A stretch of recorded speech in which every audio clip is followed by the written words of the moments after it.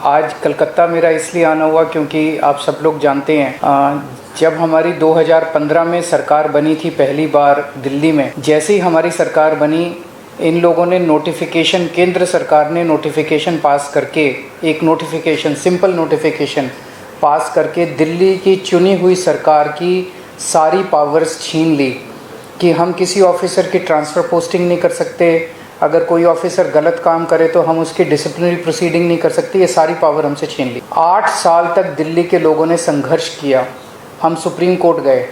8 साल के संघर्ष के बाद सुप्रीम कोर्ट ने हमारे पक्ष में ऑर्डर किया, दिल्ली की जनता जीत गई। लेकिन जैसे ही ऑर्डर आया सुप्रीम कोर्ट का, 1 हफ्ते के बाद इन्होंने ऑर्डिनेंस लाके जो सुप्रीम कोर्ट का ऑर्डर था उसको उन्होंने पलट दिया, और उस दिन पलटा जिस दिन सुप्रीम कोर्ट वेकेशन पे जा रहा था। इसका मतलब इनके दिल में काला था, इन्हें पता था कि अगर सुप्रीम कोर्ट होता तो अगले दिन उसके ऊपर स्टे लग जाता, तो इनका ऑर्डिनेंस गलत है।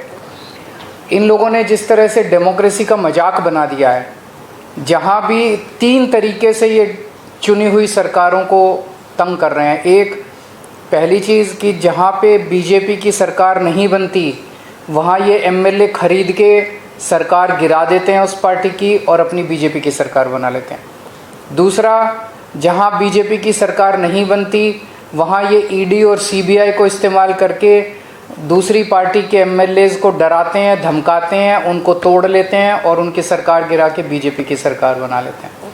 तीसरा, जहाँ बीजेपी की सरकार नहीं बनती वहाँ कानून का गलत इस्तेमाल करके गवर्नर के ज़रिए ऑर्डिनेंस पास करके ये तरह तरह से उस नॉन बीजेपी गवर्नमेंट को काम ही नहीं करने देते। हमने वेस्ट बंगाल में भी देखा गवर्नर कैसे तंग कर रहे हैं, हमने वहाँ भी देखा, पंजाब में भी देख रहे हैं, जो पूरे तमिलनाडु में देख रहे हैं, तेलंगाना में देख रहे हैं किस तरह से गवर्नर तंग कर रहे हैं। और अब दिल्ली के अंदर इन्होंने जो किया वो तो बिल्कुल ही जनतंत्र के खिलाफ है। एक तरह से ये बोल रहे हैं कि हम सुप्रीम कोर्ट को भी नहीं मानते, तो ये इनको बहुत ज़्यादा अहंकार हो गया है, और अहंकार जब हो जाता है आदमी को तो फिर वो बहुत स्वार्थी हो जाता है, फिर वो देश के बारे में नहीं सोचता। तो मैं समझता हूँ कि आने वाले समय में देश की जनता को ये देख के अब इस अहंकारी सरकार को हटाना चाहिए। तो एक तो मैं दीदी का शुक्रिया अदा करना चाहता हूँ कि राज्यसभा के अंदर इन्होंने कहा कि हम सपोर्ट करेंगे, और मैं समझता हूँ कि अगर राज्यसभा में ये बिल गिर जाता है तो ये एक तरह से सेमीफाइनल हो जाएगा 2024 का। उसका विरोध करते रहे, बैल में भी जाते रहे और हम बहुत से बिलों को वापस भी करवाते रहे। और जिस कमेटी का मैं मेंबर था उसके चेयरमैन जो थे सुदीप जी वो उनके चेयरमैन थे, तो एफसीआई और पब्लिक डिस्ट्रीब्यूशन। सो बंगाल और पंजाब का बहुत जो रिश्ता है वो बहुत मजबूत है। आज़ादी का संघर्ष जब चलता था तो बंगाल और पंजाब का आपस में शेर आजम भगत सिंह भी लाहौर से सीधा कोलकाता आते थे और यहाँ से उनके जो जितने भी आज़ादी के परवाने थे उनके साथ मीटिंगें चलती थी।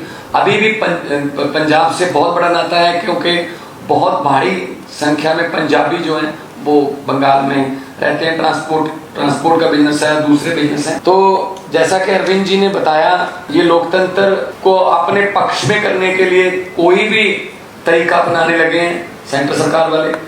यहाँ तक कि मेरी 117 में से 92 एमएलए, बहुत बड़ा मैंडेट है, फिर भी मुझे अपने बजट सेशन को जो है चलाने के लिए सुप्रीम कोर्ट जाना पड़ा।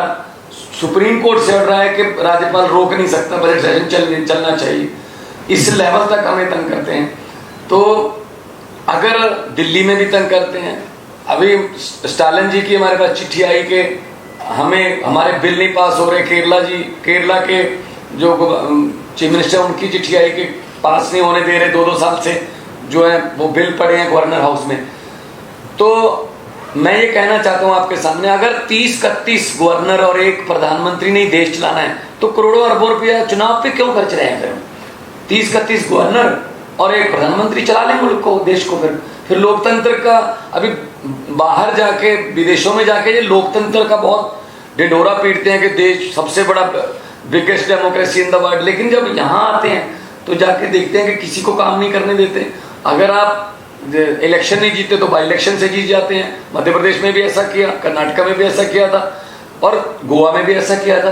दिल्ली में मतलब एलजी मीन्स गवर्नमेंट, ऐसा इस लेवल तक की वर्डिंग जो है लोकसभा में पास करवाई है, एलजी मीन्स गवर्नमेंट।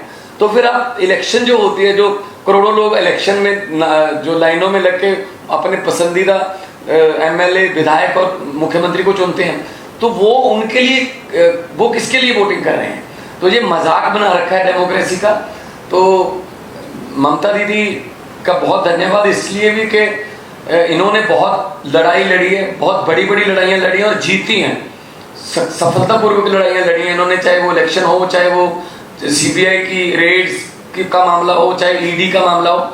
तो हम लोग इकट्ठे होकर देश को बचाने का सवाल पैदा हो गया, लोकतंत्र को बचाने का सवाल पैदा हो गया। तो पार्टियां आपस में बहुत से पॉलिटिकल या विचारक मतभेद होंगे, लेकिन अगर देश रहेगा तो हम पार्टियां रहेंगे ना। अगर 24 में ये संविधान बदलने की कोशिश कर रहे हैं, हर रोज ही कोशिश करते हैं संविधान बदलने की, तो देश के संविधान को खतरा पैदा कर दिया इन लोगों ने। इतने सत्ता की भूख हो गई या इतना ये अहंकारी हो गए, जैसा अरविंद जी ने बताया। लेकिन हमारे पंजाबी में कहावत है कि हंकार दा सिर नीवा होता है, हंकार हमेशा हारता है, और भगवान भी हंकारी बंदे की जो है वो हेल्प नहीं करता। हम लोग सच्चे लोग हैं, हम लोग देशभक्त लोग हैं, अपने अपने फील्ड को छोड़ के हम राजनीति में आए हुए हैं, और हम चाहते हैं देश नंबर 1 बने दुनिया में। लेकिन वो तभी बनेगा जब सच्ची नीयत वाले लोग जो है वो आगे आएंगे।